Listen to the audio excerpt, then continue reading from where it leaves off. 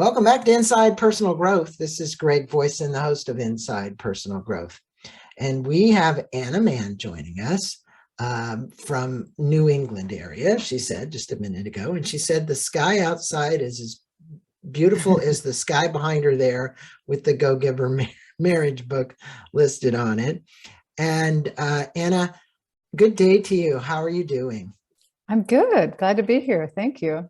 Good. But from the looks of the website, boy, you guys do a lot of podcasts. So I can see that you and John are very busy people. And you've got a book which really, in today's world, with all the mesh up of everything that's happening, I think I'm not certain what the divorce rate is anymore. But people need each other and they need to build strong relationships. And that's what this book is about, is how to sustain, maintain, and build loving relationships. And couldn't be a more appropriate time than now, right? Absolutely. The pandemic is what drove us to write the book. We've wanted to write the book since 2005, since the original Go Giver came out, or actually since the original Go Giver was written. It was published in 2008. Right. But we've wanted to write this book since then because we felt after that book was written that it kind of quantified what we have in our relationship and what we endeavor to teach. Well, so it is something. We're going to go through this and we're going to talk about it with my listeners, but I'm going to tell them a little bit about you. Ana Mann earned her degree in clinical psychology before going on to serve as a celebrated educator, therapist, corporate trainer, speaker, and coach. She currently coaches Go Giver Marriage clients and leads Go Giver Marriage Coaches Training Program, which is a training program for people who want to learn how to use the techniques that they've developed in this. And you can go to gogivermarriage.com. That's the website for the book, but it's also very informational website. You're going to find all kinds of things there. They have a list of their podcasts. If you want to learn more about John, the co-author, he's a prolific author with over 30 books, either authored or co-authored in his name.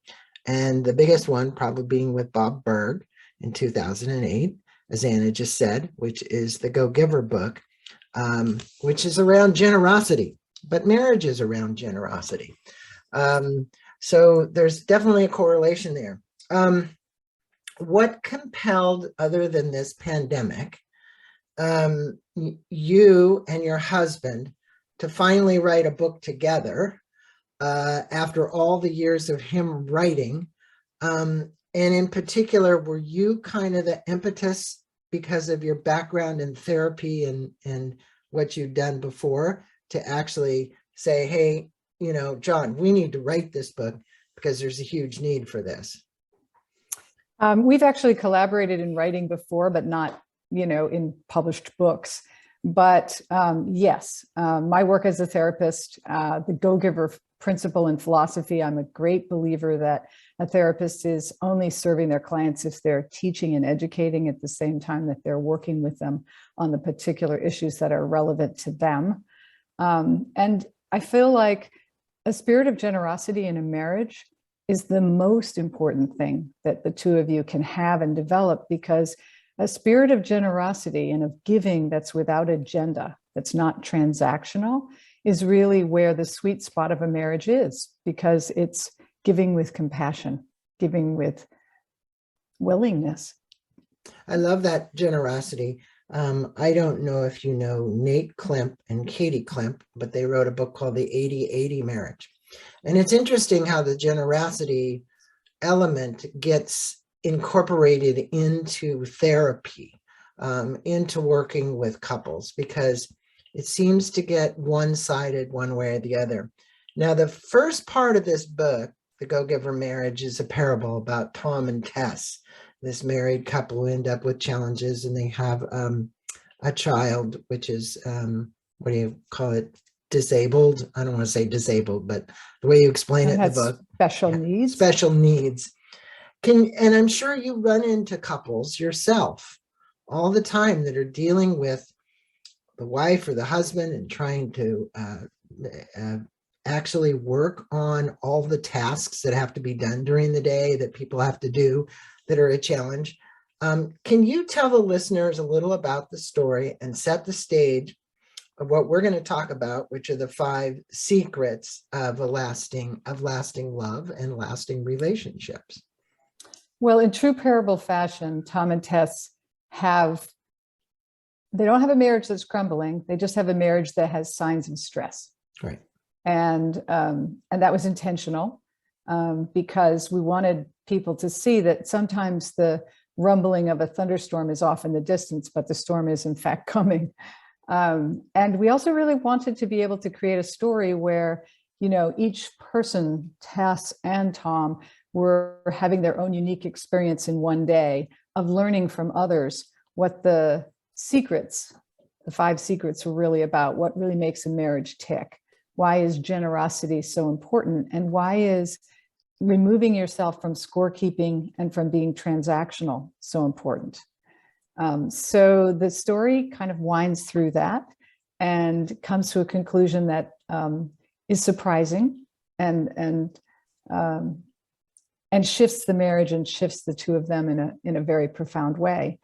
And then the second half of the book is actually unpacks the 5 secrets and says, okay, this is what the story showed you. Now here are the 5 secrets, and here's how they apply to your life. Here's why they were created, what they mean psychologically, and how you can put it into action in your marriage. Yeah, and those secrets, we're going to get to them, listeners, but because they are valuable, and Anna said it would be tough to cover all 5 of them. So I'm going to pick 2 or 3, and we'll see how far we can get with those.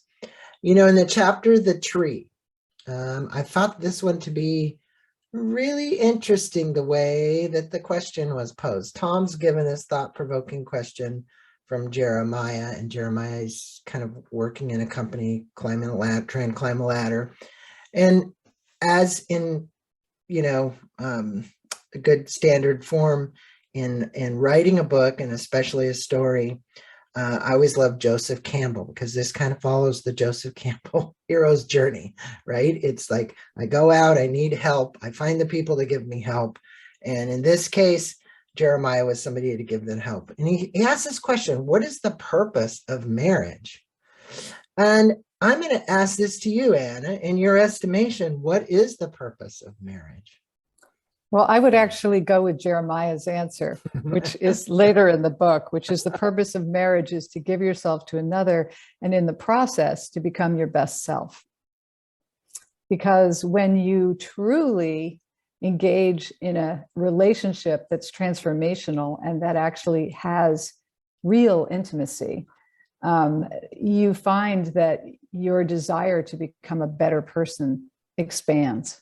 And you not only desire to be a better person for your spouse, but you desire to be a better person in the world. And so and I guess the other side to it is that if your spouse is really engaged in that kind of closeness and intimacy where you're both about building the other person, then when you're building the other person, you're encouraging them in every possible way to go after the very things that they care the most about. What is it you really want to do in the world? Inside of the parable is a fairy tale. And that fairy tale is used by Jeremiah to illustrate some of the facts that he's bringing forward about marriage and about what makes a marriage tick.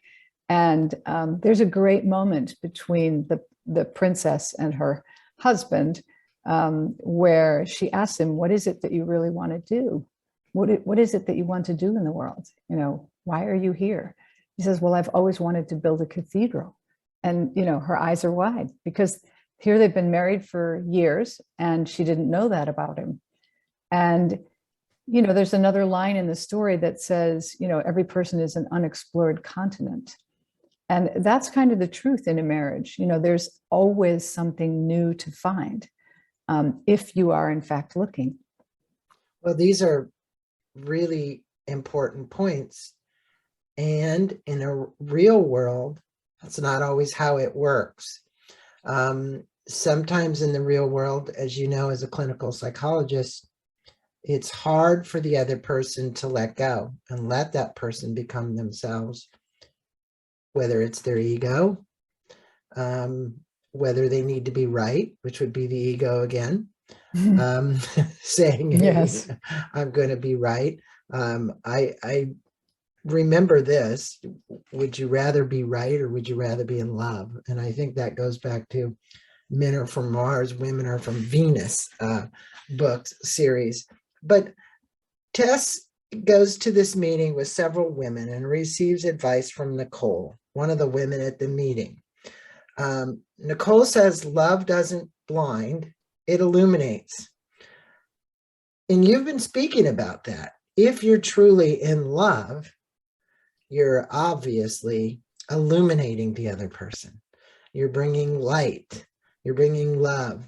What do you think that Tess needed to learn? Because she was having doubts about their marriage, and she was like you said, it was the thunder in the distance, but the rumbling was getting closer and closer, and she wasn't certain about love. I thought was an important lesson. Even though it's not one of the 5 secrets, it was a great lesson. Would you comment on that? Absolutely. I think that when you say love doesn't blind, it illuminates, it's not just that you are illuminating the other person. It's that you actually know that person well enough to know their soft underbelly. You kind of know the ways in which your partner is vulnerable. And you know the parts of them that are undeveloped. You know the parts of them that are still growing. And that's kind of the illumination, is that you know them better than anyone else. And I think that that for Tess, I think that she had resentment under the hood. Yeah. Mm-hmm. And that resentment was growing because of her own sense of disempowerment and discontent. Here she was home dealing with a child with special needs, and a child with special needs is a huge, big deal. In fact, Totally. About 95% of parents that have a child with special needs get divorced. Yeah. So It's a big issue. I know I donated time to a school locally here called the Terry School. There were 625 Down syndrome and autistic kids. And I would go in every morning, and it was, some of them were just so loving and so wonderful to be around. But the parents, when we would have caregivers kind of come to relieve them, right, of just the pressures of having a severely autistic child or a Down syndrome child. I speak from experience because I spent almost 1.5 years there helping raise money for the charity, and I understand it because I saw the kids every day. And for those of you who don't have a child like this, you'd have to walk a day in their shoes to really see what it's like to do that. So hats off to Tess in this case. Now, we said we'd pick 2 or 3 of these secrets, and then I'm going to be I'm not going to say devil's advocate, but I'm going to look at it from the psychological side, because in a marriage, there's so much going on. There's the relationship, meaning understanding. There's the intimacy part, the sexual part. There's all of these other elements in a relationship. And your first 5 secrets is appreciate. You state to look for specific things that your partner, that you love about your partner. And when you notice them, take a moment to tell them. We all want to be appreciated, guaranteed.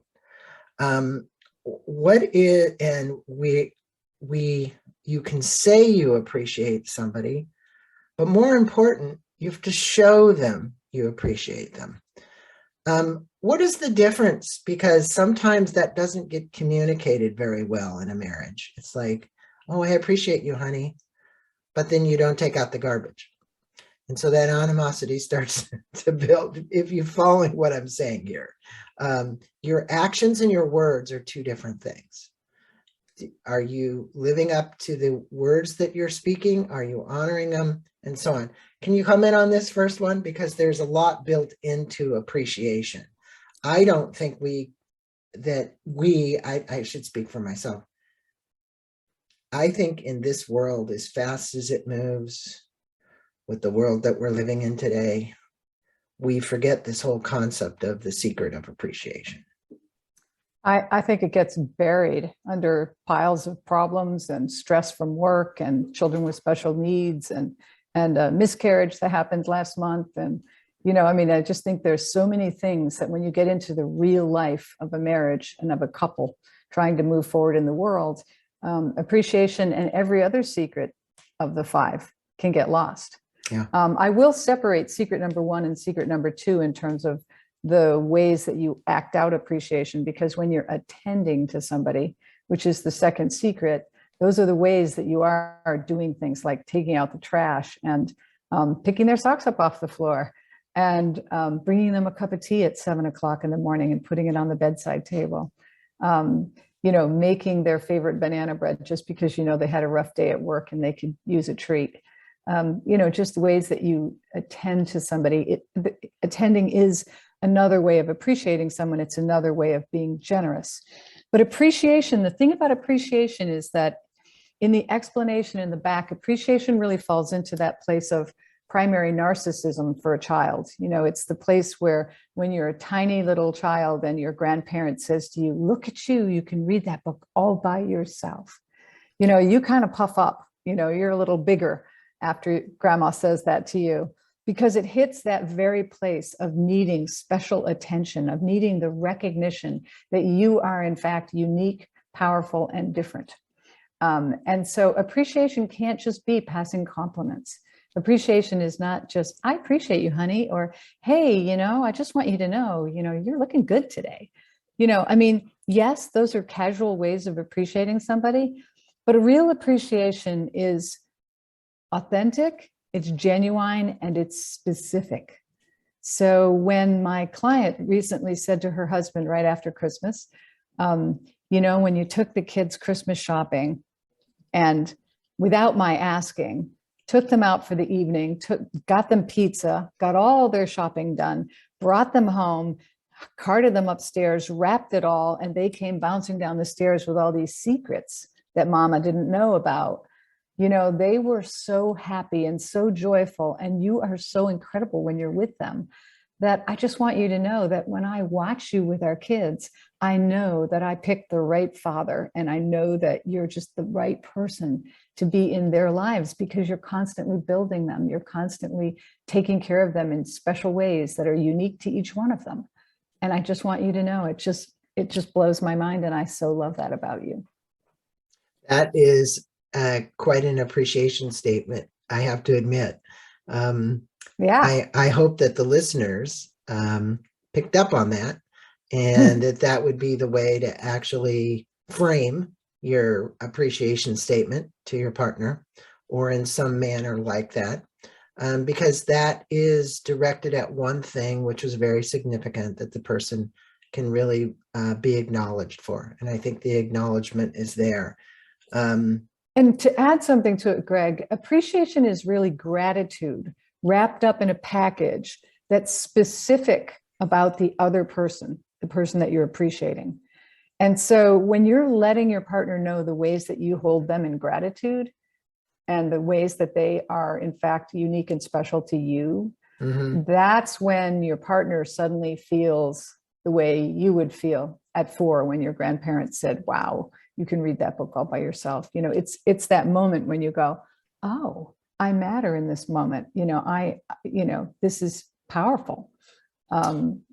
Yeah. And I think, when you look at these things we do all day when we interact, and I go back to, you can't start comparing the amount of time or the specific duties one person does. So there's a checklist that says, oh, Anna did this, Greg did that. Anna did this, Greg did that. And at the end of the day, if it doesn't add up, there's animosity against the other person saying, well, I did more than Anna.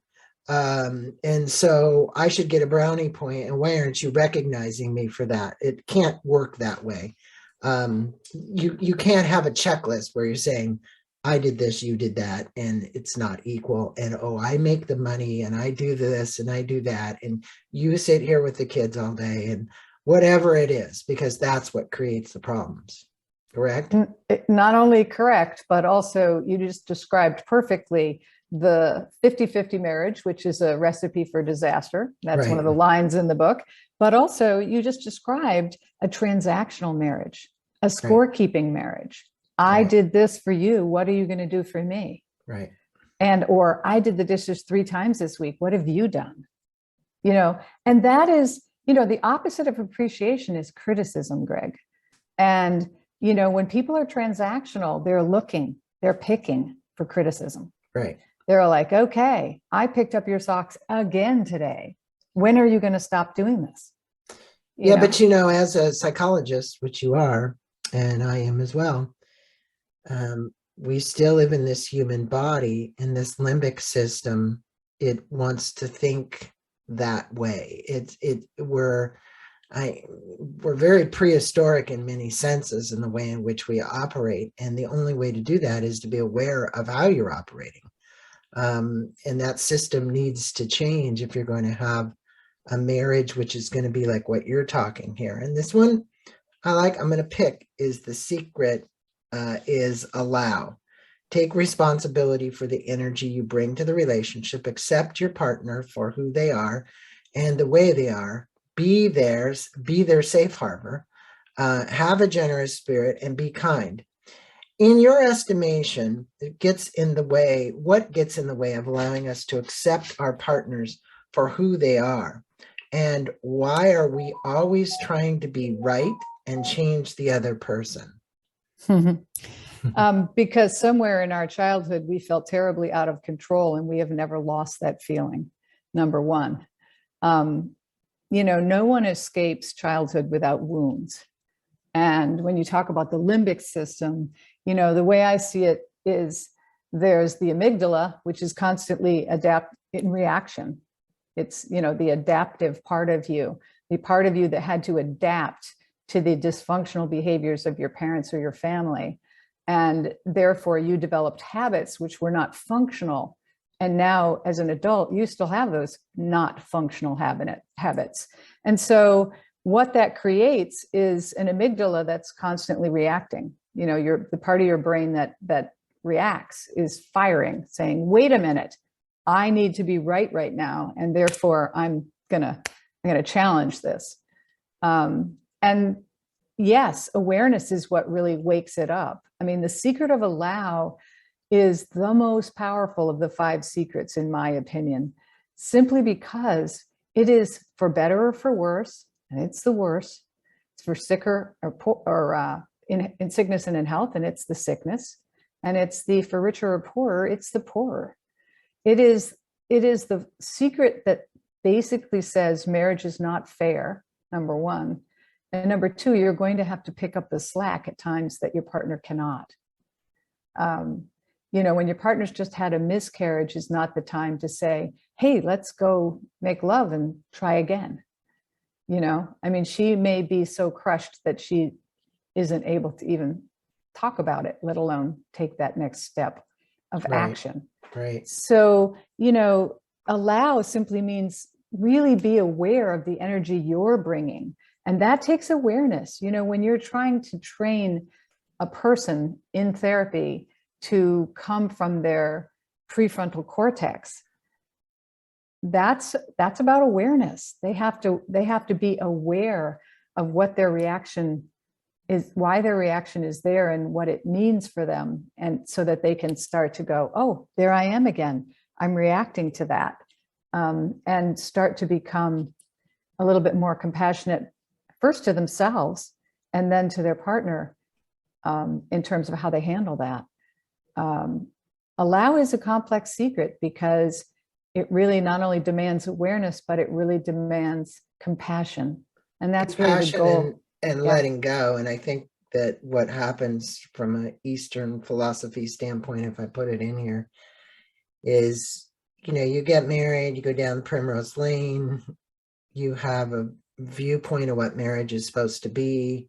It doesn't quite turn out to be that way, but you have a strong attachment to what you think it should be, right? Whatever that might be. I'm supposed to be waited on. I'm supposed to get my meals. I'm supposed to do this. And I'm supposed to have sex every night, whatever. And it doesn't work out that way, right? And so that attachment to whatever that story is you've told yourself that you believe is really one of the strongest barriers, because that's the one that's getting in the way of you having a true loving relationship, because that's the problem you have. I have I want to cover 3 of these, and the 5th secret is grow. And it says, every day identify what you need to be happy. I love this one. Healthy and fulfilled, and then give yourself that. Dare to dream a bigger dream for yourself. How important would you say, Anna, self-love is in cultivating a healthy relationship with your partner? Because not many people speak about self-love. And I think we have a tendency to beat ourselves up way too much. And it's so important to acknowledge ourselves, just like you're saying in this one, dream big, go for it, acknowledge yourself. How important is this whole self-love concept in your estimation? Well, the 5th secret is counterintuitive. The first 4 secrets are all about ways that you're generous with your partner, but the 5th secret is about being generous with yourself. Right. And I think when you're talking about compassion, it also applies to that secret number 3, allow, simply because in order to be compassionate with another, you have to have self-compassion first. And I think that the reason that grow is such a significant and important secret of the 5 is that too many marriages try to get their needs met by the marriage first and foremost. And the truth is, the marriage cannot fulfill your needs. The only person that can create happiness for you is you. Mm-hmm. And second, and I see this in marriages over and over again across the land, people who they're not only trying to get their needs met by the marriage, but they're trying to get their needs met by their children and by their grandchildren. And so when the children leave the nest, boom, there's a huge crisis, because this person doesn't even know who they are without the kids at home. They have no concept of a personal sense of self and development, because they've given themselves to the marriage, to the children, to the family, to the faith, to whatever it was that they believed was the important thing that spoke to their duty, if you will, versus their need. And I think that when you do that, you divorce yourself from the self, from your large S self, and you lose yourself in essence. Yes. And that is a great tragedy. And the other reason why growing is so important, it's not just personal growth and personal development, which is the premise that we're talking about here, because personal development and personal growth is also about uncovering and knowing yourself fully. And by that, I mean, whether you spend time in therapy, or whether you have a support group, or whether you engage in some extreme sport that kind of pushes you in a way, understanding the trauma, the history, or whatever it is that you bring to the table is a part of how you grow personally. Because in order to be fully compassionate with your partner, you would have to understand why your amygdala is overfiring, why you're reacting to such small things. Are you going to really go to the mattress over a pair of socks on the bedroom floor? Mm-hmm. I mean, what battles are you going to choose? And so, again, compassion starts at home. If you can't develop, I'm a great believer in meditation, because I think meditation really, really brings you home to a more compassionate sense of self. Yeah, it centers yourself, obviously, in any somatic breathing techniques that one might use, or any of the other alternative things, including just a walk in the park, a walk on the beach, anything that you can do to contemplate your situation and put you in a different environment. Yes. So, and something came up for me while you were talking was, in this compassion for self, we deny ourselves permission to be as compassionate with ourselves. What would you advise the listeners about opening up the core to get to that, and the denial that they want to give themselves? It's almost like, I remember having April Rennie on here, who wrote the 7, what was it? It was called Thrive, but it was all about this constant change in what we're dealing with.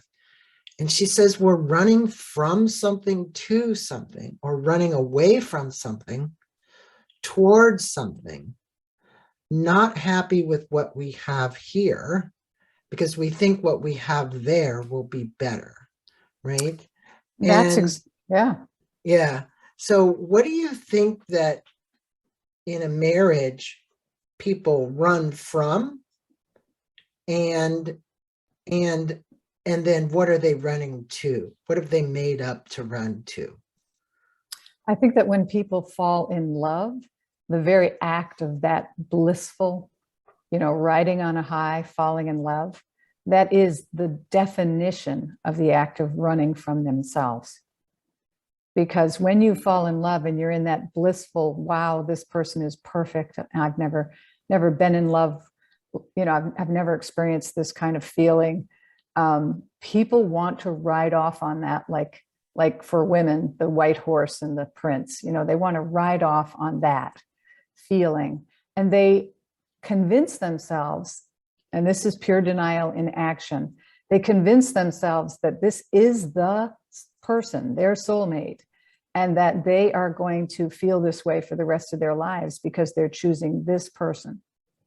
So I think that when you combine all of that, that is the running from the self, because the truth is yourself is not in a state of bliss 24/7, nor will it continue to be even with this person. Number two, yourself has been pushing down and denying any traumas or dark experiences that have happened to you in an effort to overcome and to function and to feel like you could move forward. But all of those experiences, you can't just shut them down. People are trying to run toward a sense of bliss or completion without having actually taken the steps to uncover the things that are incomplete. And to heal them. Right. Or to find a way to coexist with them, even if they can't hear them. Yeah.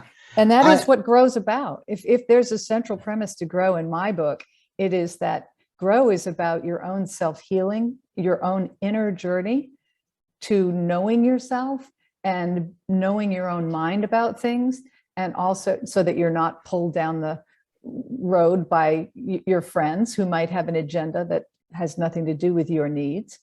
And really just seeking the kind of growth that's personal for you, because it might not be some fast-paced career. And believe me, I have tons of clients with men who are hugely successful in their personal career, but their personal lives are in shambles. Yeah, and I know, you know this, but as we've grown up from little babies to young adolescents to moving away from the house and going to college, and you look at, where did this come from? Where did this belief about this come from? And I had an alcoholic father, or my histogram looks pretty dotted. If I went and looked at my histogram and looked at all of the various characters in the chain of my lineage, right? And immediately, in my case, a little Jewish mother and a Christian father, and the beliefs that you carry on and the things that you've got. It's quite interesting to explore them. It's one thing to explore them, become aware that that's where it comes from. And the next is to be able to transform out of them in some way through counseling or courses or books you read, or however you're getting your information. And yours would be one, The Go-Giver Marriage. This is a perfect opportunity for my listeners to go pick up a copy of the book and really look at these 5 secrets And once you start digging down into the secret, you're going to find out there's more there. Now, the book is filled with practical advice for building a loving relationship, or at least it identifies 5 secrets that will help you do that. What are 3 takeaways from the Go-Giver Marriage that you'd want our listeners and you'd want to share with our listeners to improve their marriage? And in this case, it's marriage, but I'm going to say, if you look at these secrets, it's any relationship. It's any relationship. If you thought about this even from a work relationship, it would work. It not only applies to work relationships, it applies to your siblings. It profoundly applies to your children. Right. And it applies to your marriage. The takeaways for me are, it's really easy to, this is what I would call a neurobiological model. And that is another way of saying it's a cognitive behavioral model. Mm-hmm. And the reason is that I am a great believer that what you think is what will be. And so you can think about your marriage in negative terms, and you can fall into criticism and contempt and control and all the dysfunctional behaviors that will have a negative impact on your marriage. But the way to shift a negative behavior is by replacing it with a positive behavior. Mm-hmm. It does take work, but let me put it this way. You could spend $350 an hour to go do therapy. Maybe you might find therapy for less than that, but you can spend money and go do therapy, or you can also spend the time to, just like if you were a musician, in Mm-hmm. order to be a first chair cellist, you have to play cello a lot of hours. In order to be great at a marriage, you have to remember that love is not a static feeling. It's not that blissful feeling that you had when you first fell in love. Love is a practice. And a practice, whether it's a meditation practice, a prayer practice, a musical practice, a athletic practice. If you're going to be a great marathoner, you got to run a lot. If you're going to be a cellist, you got to play a lot. It's the same. And so the secrets actually take 2 or 3 minutes a day each. That's it.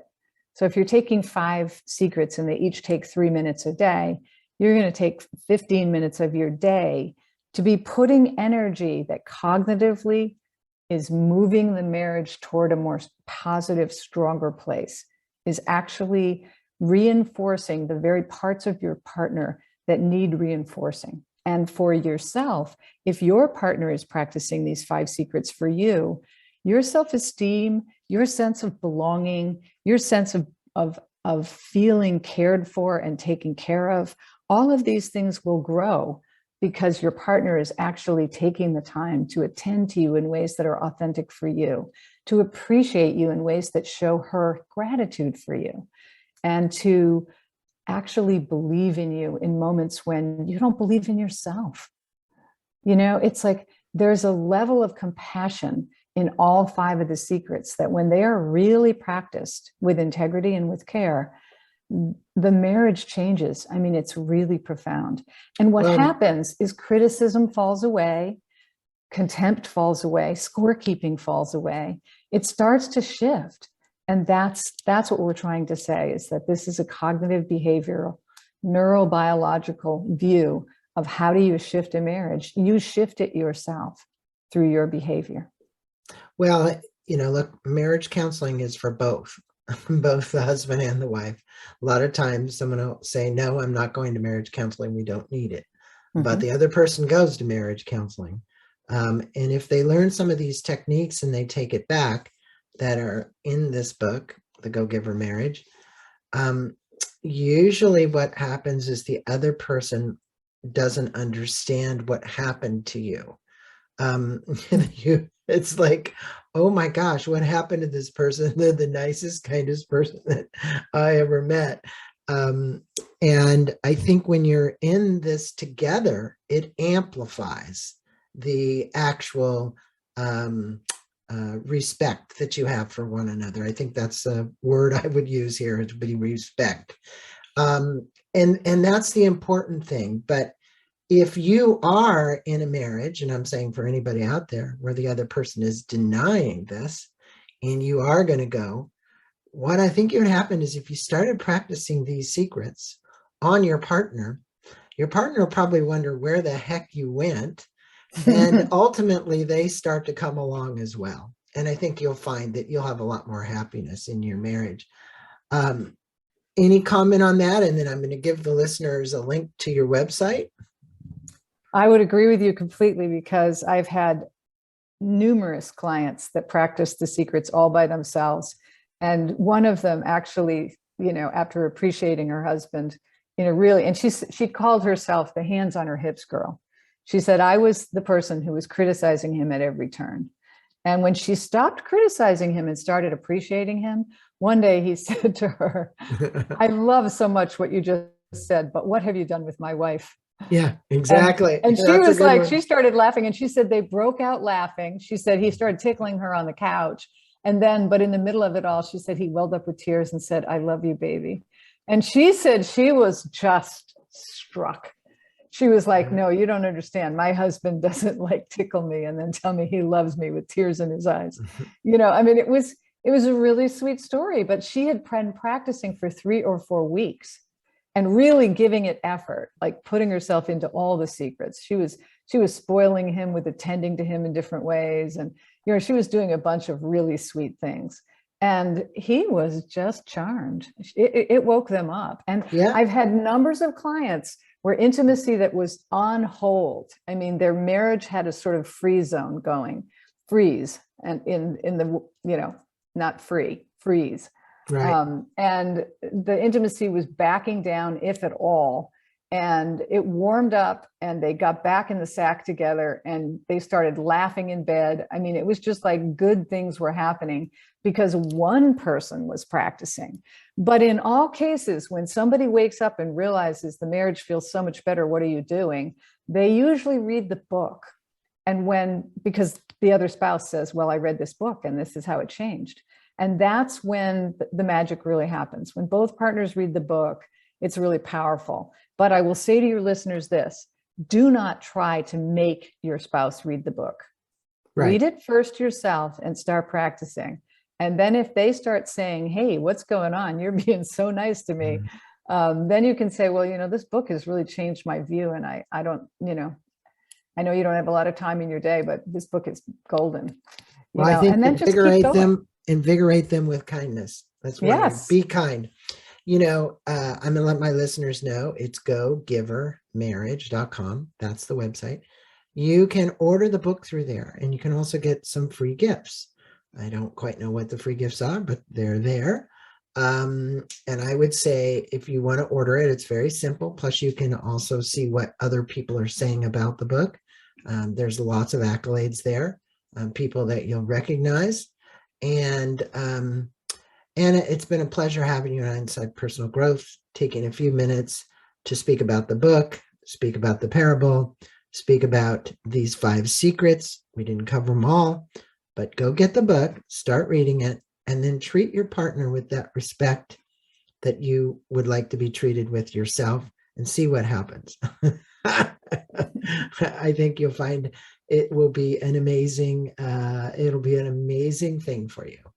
Thanks so much for being on. I really appreciate you. Appreciate John. Sorry he couldn't be here, but we got what we needed. Thank you. Namaste to you. Have a wonderful day. You too. Thank you.